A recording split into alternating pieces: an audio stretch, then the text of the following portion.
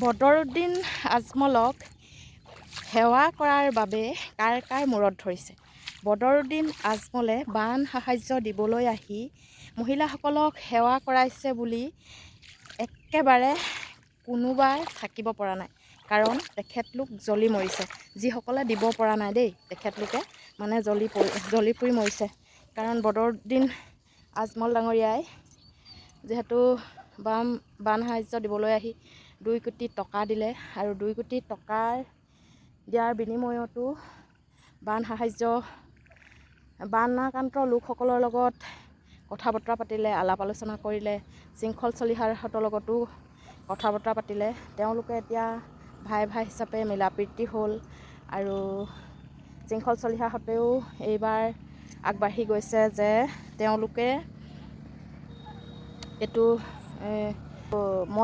মছজিদতো যিকোনো সমস্যা হ'লে তেওঁলোকেও সহায় সহযোগিতা আগবঢ়াই মানে তেওঁলোকে কাম কৰিব। আৰু আজমল ডাঙৰীয়ায়ো নামঘৰ মন্দিৰ এনেধৰণৰ বোৰত সামাজিকভাৱে তেওঁ অনুদান আগবঢ়াব বুলি বহুতো কথোপকথন হ'ল।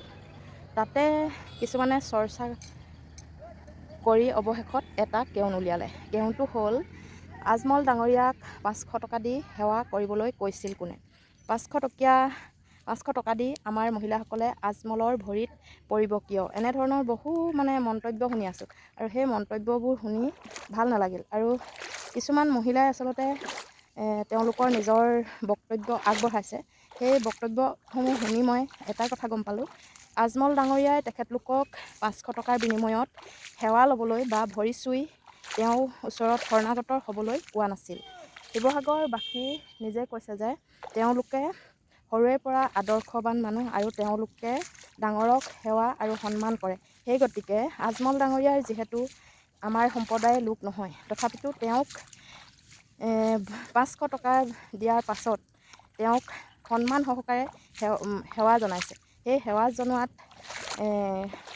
তেখেতলোকে একো ভবা নাই যে আজমল ডাঙৰীয়াৰ নিচিনা এজনক সেৱা ল'লে যে আমি এটা ধৰ্ম কৰিছোঁ, এনেধৰণৰ অনুভৱ কৰিছে। কিন্তু যিসকলৰ হজম হোৱা নাই, তেখেতলোকে কিয় এই কথাষাৰ উত্থাপন কৰিছে, সেই কথাটোহে ভাবি আচলতে আচৰিত হৈছোঁ।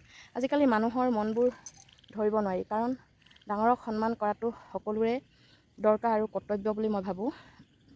কাৰণ আমাৰ হিন্দু সমাজত যি কি নহওক, ডাঙৰ বয়োজ্যেষ্ঠজন আহিলে আমি তেওঁক আদৰ সাদৰ কৰি তেওঁক সন্মান সহকাৰে সেৱা জনোৱাটো আমাৰ কৰ্তব্য। গতিকে তাকে লৈ এতিয়া সকলো ফালে চিঞৰ বাখৰ লাগিবলৈ ধৰিছে, আৰু সেই চিঞৰ বাখৰ শুনি কিছুমান কথা মনলৈ আহে। কাৰণ কিছুমানে কৈছে যে আজমল ডাঙৰীয়াৰ অসমলৈ বান সাহায্য দিবলৈ কিয় আহিছিল, তেওঁ কি ভাৱত আহিছে, তাৰ উদ্দেশ্য আমি সকলো জানো। যদি জানেই ইমান ককবকাই থকাৰ বান সাহায্যৰ লোকসকলক সহায় কৰিবলৈ যিকেইজনে মন্তব্য আগবঢ়াইছে, তেখেতলোকে কিয় পোনপ্ৰথমতে গৈ আজমল ডাঙৰীয়াৰ গোটে সহায় নকৰিলে?